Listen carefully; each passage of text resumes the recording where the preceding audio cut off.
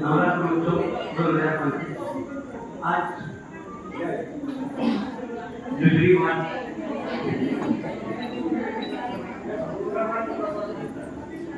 आपल्याला सायंकाळच्या आरतीमध्ये सर्वसाधारण आपण बरीचशी समाजासाठी प्रगतीची कामं करणाऱ्या व्यक्तींना आपण निमंत्रण देत असतो.